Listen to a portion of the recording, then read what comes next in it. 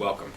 Today I'd like to take a moment and explain to you a little bit about the three levels of consciousness, or the circles of self. So as we go through this, I'm going to use a model to help demonstrate what it is I'm talking about, and to help you become a little more familiar with kind of some of the inner workings as we go through this process. So each and every one of us is very familiar with this circle of self.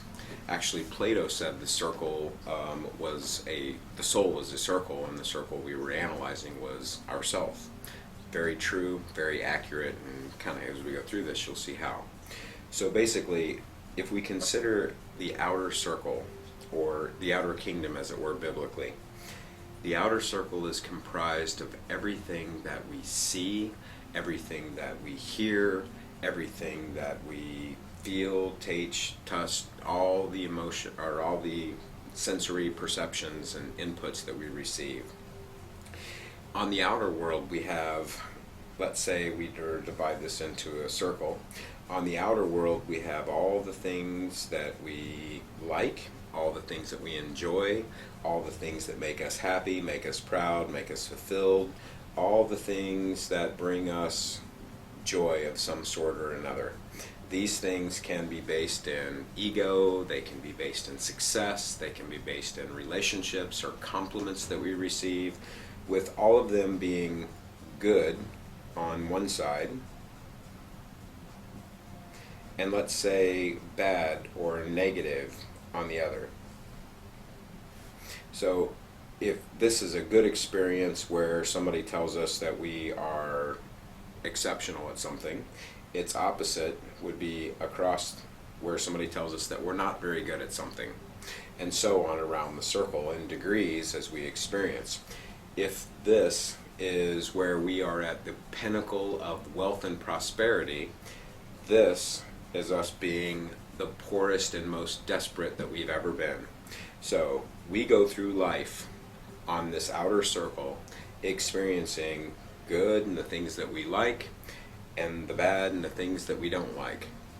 And we each categorize where these things fit in, how important they are. We decide, each and every one of us, how much emphasis we're going to place on money, how much emphasis we're going to place on career, or relationships, or the opinions of others, and so as we can see, as we go on and on and on down the list, we each have our own circle of outer world, and what is important, what we label as good, what we label as bad, and these things end up becoming our driving forces, things that push us, that motivate us. They can also, on the bad side, be the things that trap us, be the things that limit us. The bad things in this outer web or circle would be things, they could be jealousy, they could be anger, they could be all of the negative emotions and feelings reside on the bad or on the negative side. I would say this is kind of akin to what Jesus referred to as bondage. These things over here would be what the Buddha referred to as suffering, the things that bring us anguish, suffering, heartache, pain, the things that tie us or connect us to, oh, I want to do this, but I can't because that story then gets rooted somewhere over here on this side of the circle. With, of course, its opposite on the other side. If you were free from all constraints, what would you do? How would you do it? Blah, blah, blah. So this, level one, which every single human being on the planet has experience with, is the outer kingdom, the outer world. The second level of self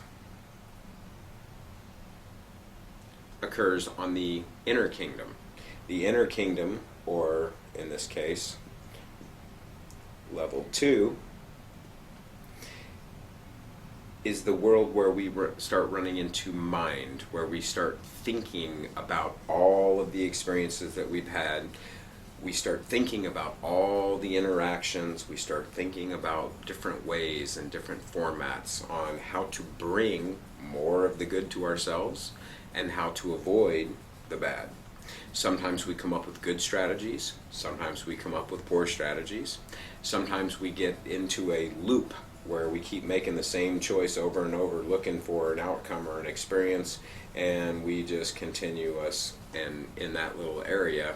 And there are so many countless places for us to experience, all with the point of knowing who we are, the journey to the center of self. So I can do this for years, and I can identify myself with, let's say this is my job. I identify myself with this job. Let's say I'm a Marine. I'm identifying with being a Marine. So my whole life, my whole foundation, all my experiences become about me as a Marine. This is good, this is fine, with the exception of A, it limits us from all the other portions of who we are, and B, what happens when we are no longer? What happens if we get discharged? What happens if we are injured? What happens if we just expand our career and retire? Then we are no longer who we think we are.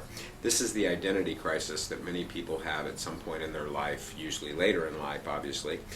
This is also one of the issues and points where we find where retirement seems to be the number one killer among older individuals, and that's because the retired person loses their meaning and purpose, their sense of who they are and what life is all about.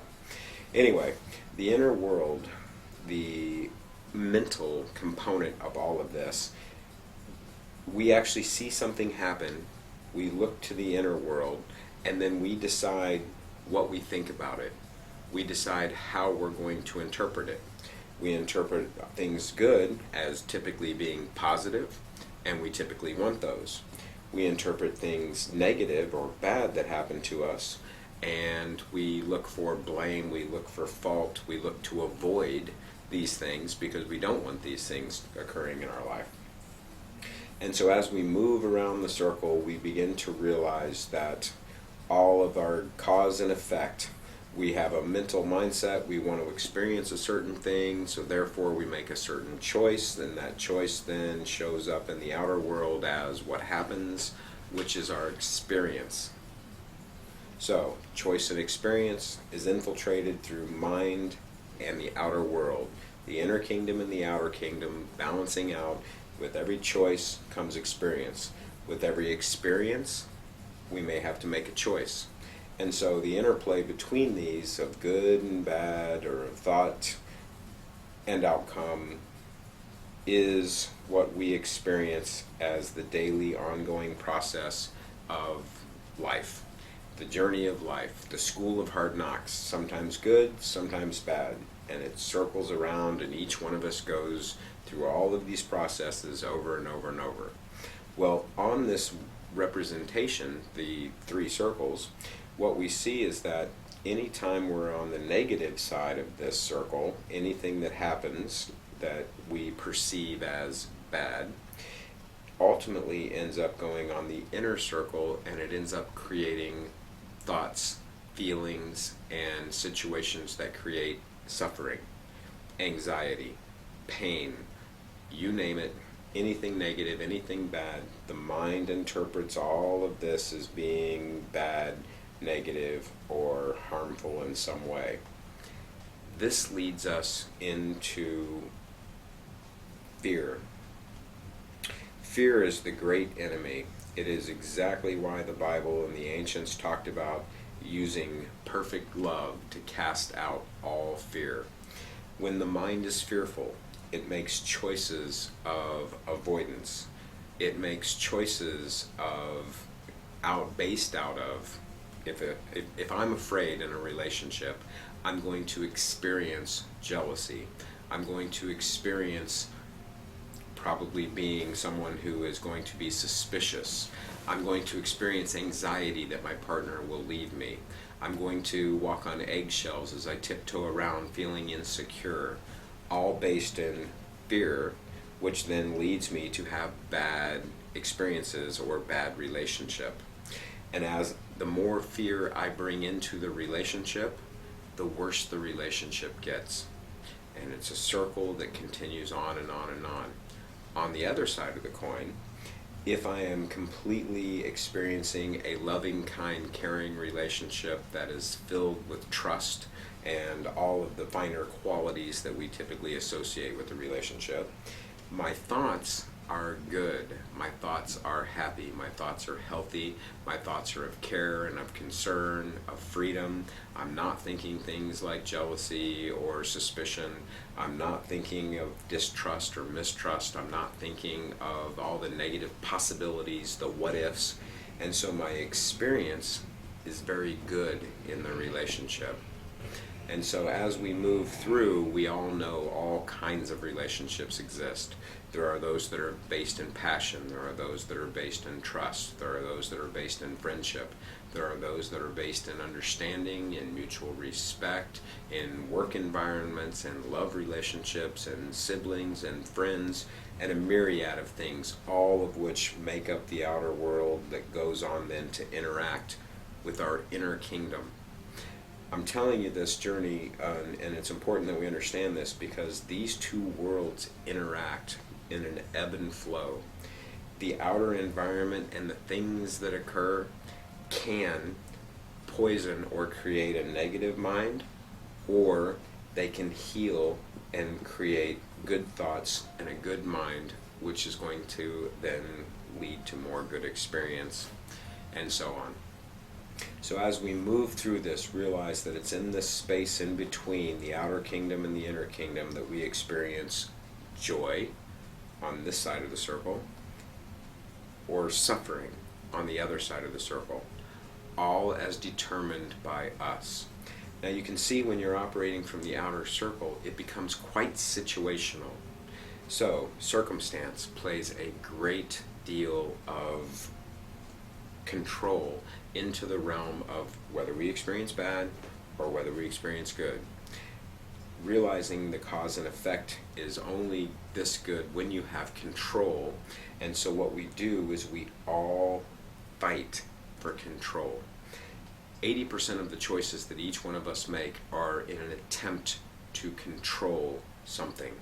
We may be trying to control or avoid pain, suffering, bad things happening that we've had happen before, accidents, mishaps, and so we become planners, we become controls, we become control freaks maybe, where we have to make sure everything is exactly this way because something in our past showed us that something really bad can happen or that we have undesirable outcomes.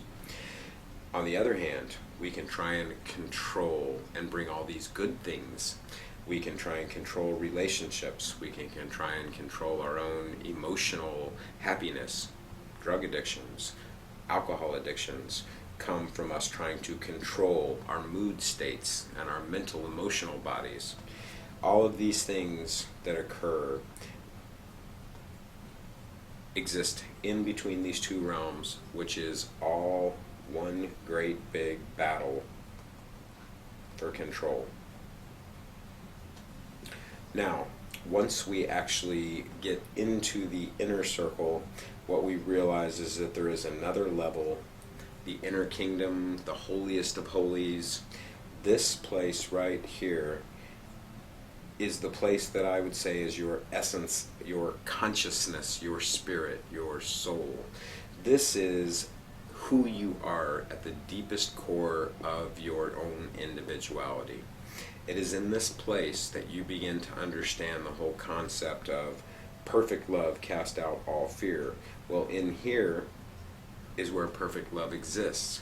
And the reason it casts out all fear is because fear only exists as we bounce in between mind and outer world experiences and what we think or feel or how people see us.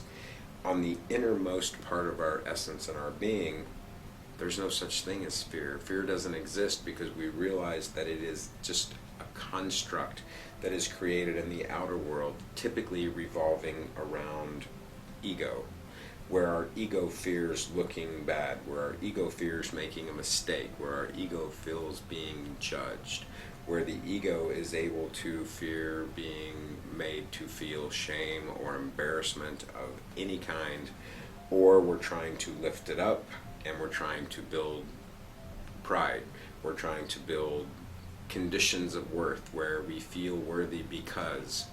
All of those things are constructs of the ego and of outer world experiences and the inner world of our thoughts. Really, in essence, the whole concept of this centermost point is a place of the higher self, a place where enlightenment would exist in this place. What we begin to realize is that there is a thinker behind the thoughts. Now, how do we know this?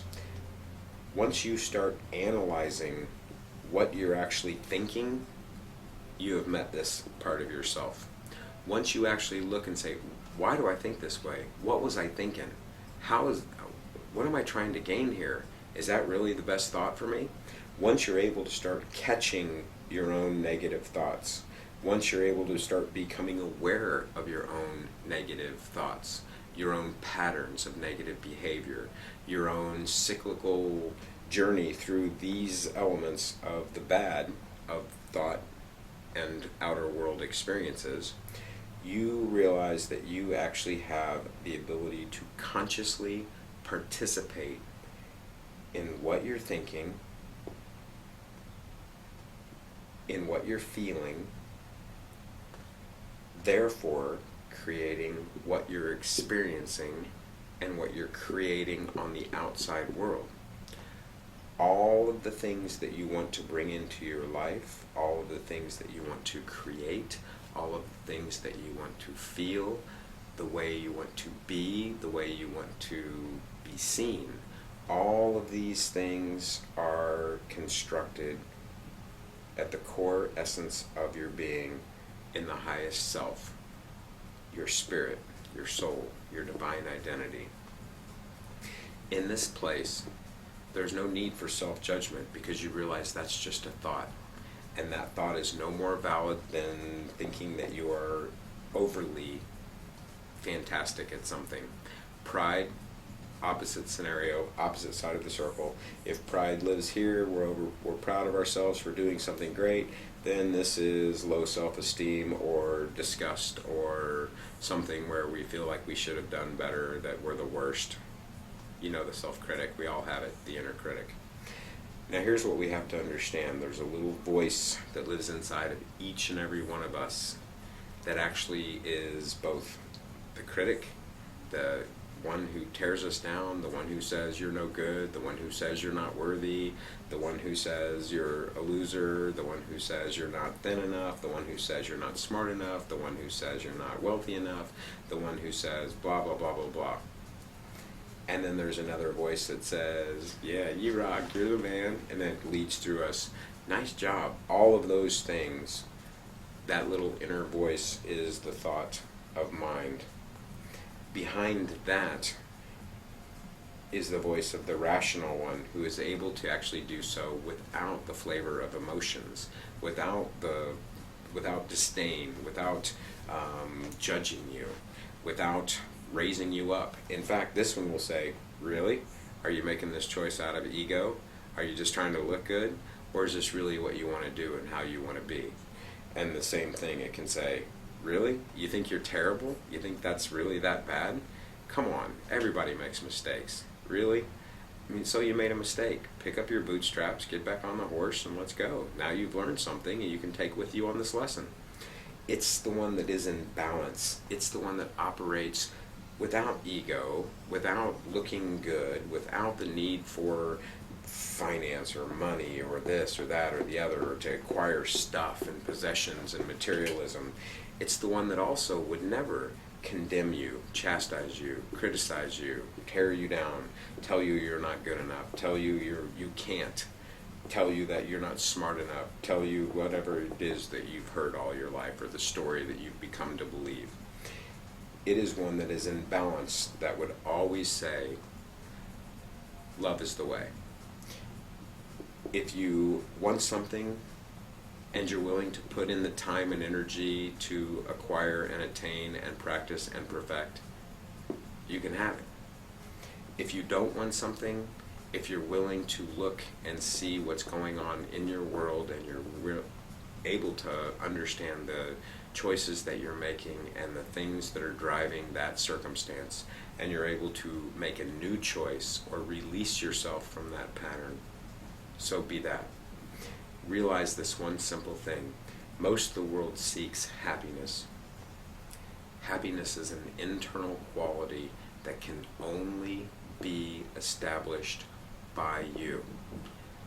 Otherwise, happiness, if the first time you're happy and sitting over here, something bad comes along and happens, and boom, now you're unhappy and you're miserable. That's not true happiness. That's conditional upon experience, upon happenings, outcomes. We'd call those accidents. The truth is, there are no such thing as accidents. There are no such thing as coincidences. Everything happens for a reason, and this reason is to help teach and shape and educate us about the way we interact with life and events, to understand ultimately that there is another layer or level of self that lives behind the one we think lives inside of us in our mind that we've grown up with, or ego. This is the spiritual nature that we were discussed. It is this being and this individual that I believe humanity is heading towards right this very second. I think this is the place of New Jerusalem, the higher self, the inner kingdom that Jesus spoke of. Heaven on earth is walked in and found in this place right here. This is Buddha's nirvana. This is, all of the ancients have their own methodologies and their own names for it. The bottom line is that once you achieve this place, the rest of this stuff becomes an illusion. It becomes a game.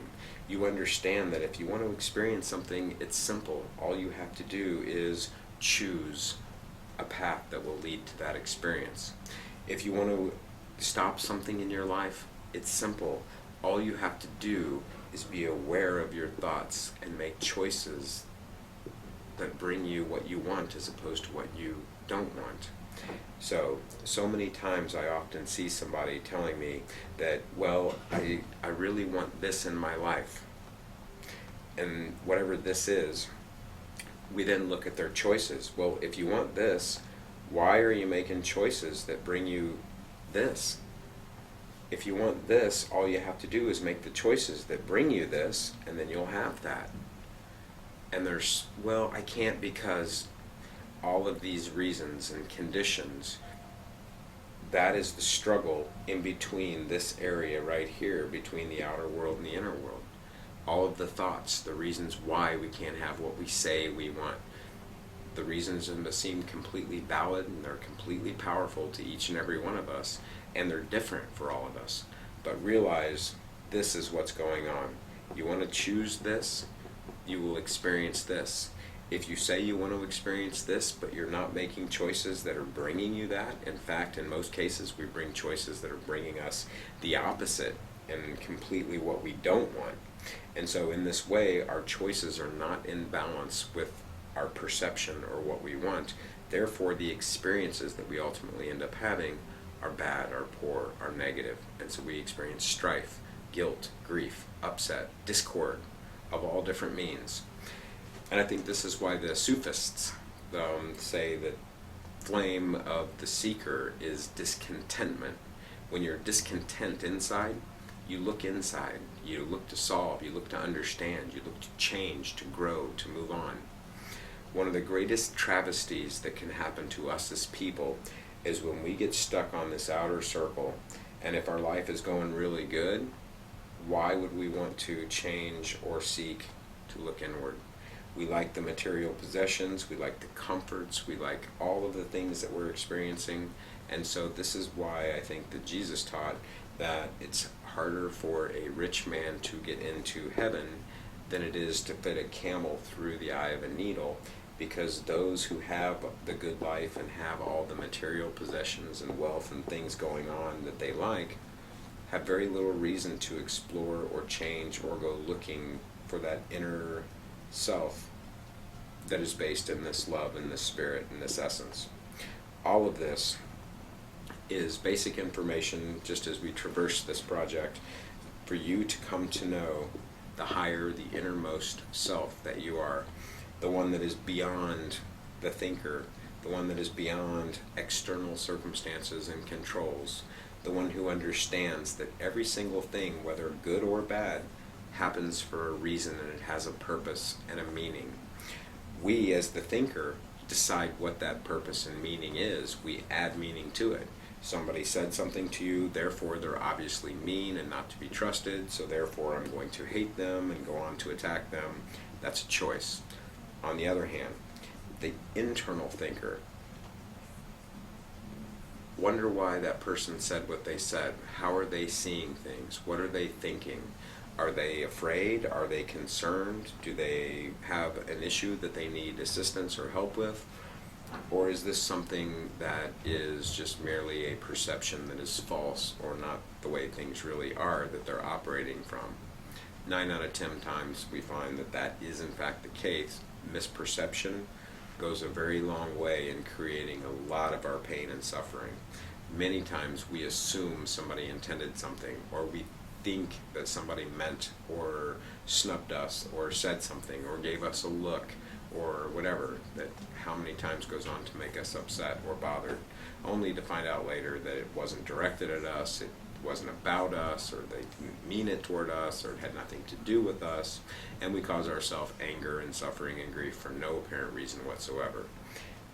On this level, on the inner level, we would not care. We would realize that, you know what, the only thing I'm in control of is me.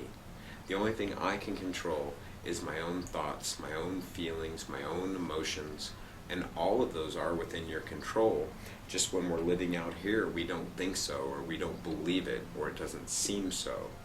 So, level 3 is the goal